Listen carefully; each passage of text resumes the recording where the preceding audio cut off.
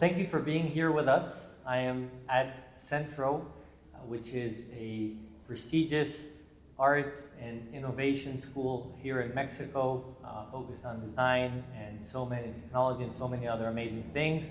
It's Gina Diaz Barroso's university. I'm here with Gina, and I am honored to be here with you, Gina. Thank you for being here with us. Gina is one of Latin America's most important entrepreneurs, and she did us the favor of granting us her time so we could have a discussion about real estate and several other things. Thank you, Gina. Thank you, Erez. Thank you very much for having me.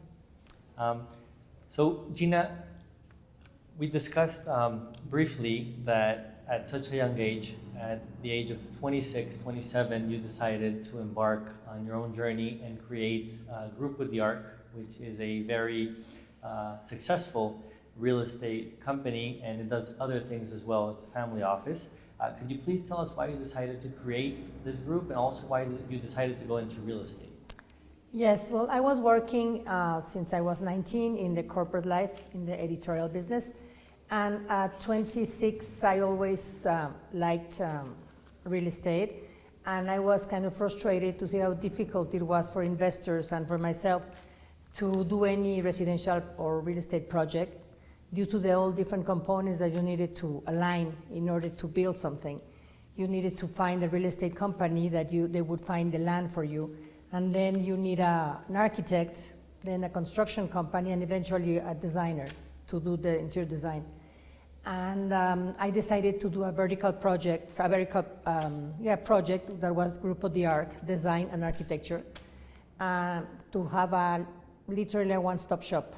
So I hired several people from diverse specialties, and I ended up having a real estate division with architects on site.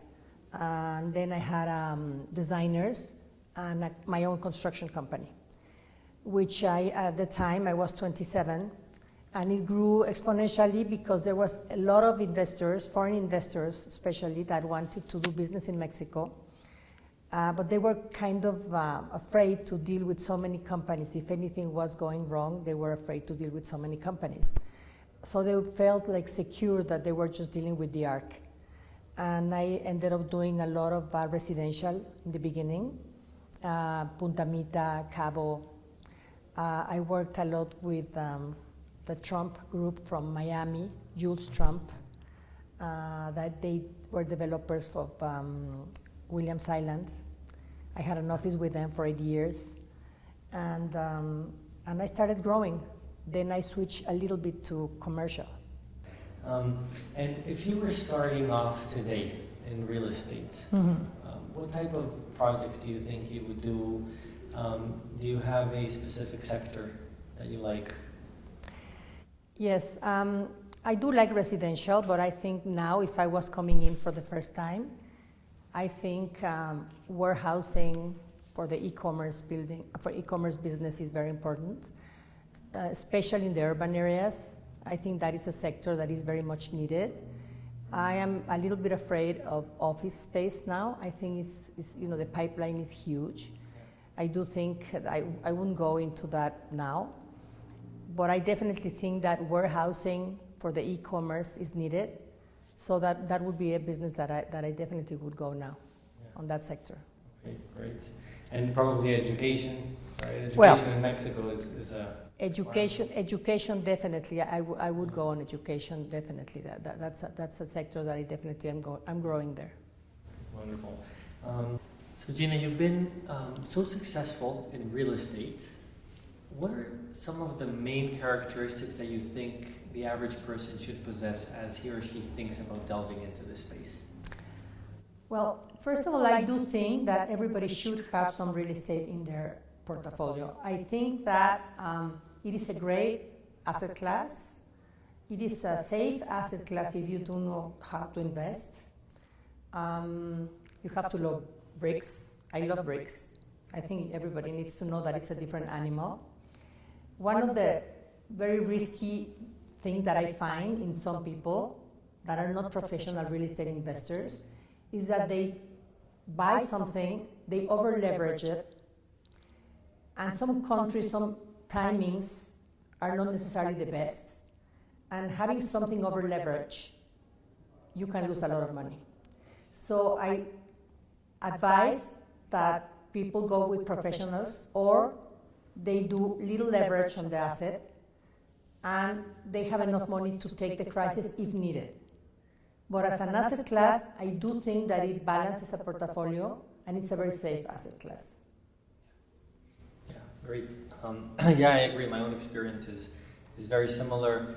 When you take on too much debt, because real estate is such a cyclical business, it's very tough to endure these crises, with 80-90% LTVs, LTCs. So that's exactly right. Yeah, absolutely. And shifting a little bit away from real estate, because you're involved in so many different things. One of the things that you're very active is tech and innovation. You're part of Singularity University. You're in different other groups. How important do you feel technology is in real estate, and how is it changing also different industries? I think it's extremely important. I was just reading yesterday about distribution center in Germany, that it's 100% automatization, free from lighting, free from everything, all technology. It operates with no lights. So I do think that the world is changing, that everybody needs to be advanced in technology.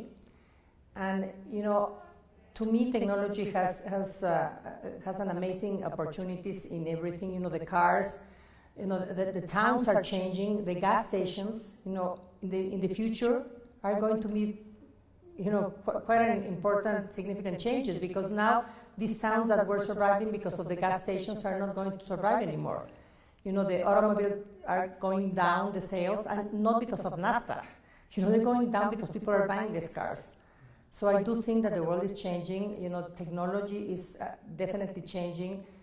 The businesses that are growing, we see it in the university. The businesses that are growing are businesses very high technology, evolving technology. There are businesses that are about sharing. Everything's about sharing, not about competition. So I do think that technology in real estate also, technology in real estate is huge.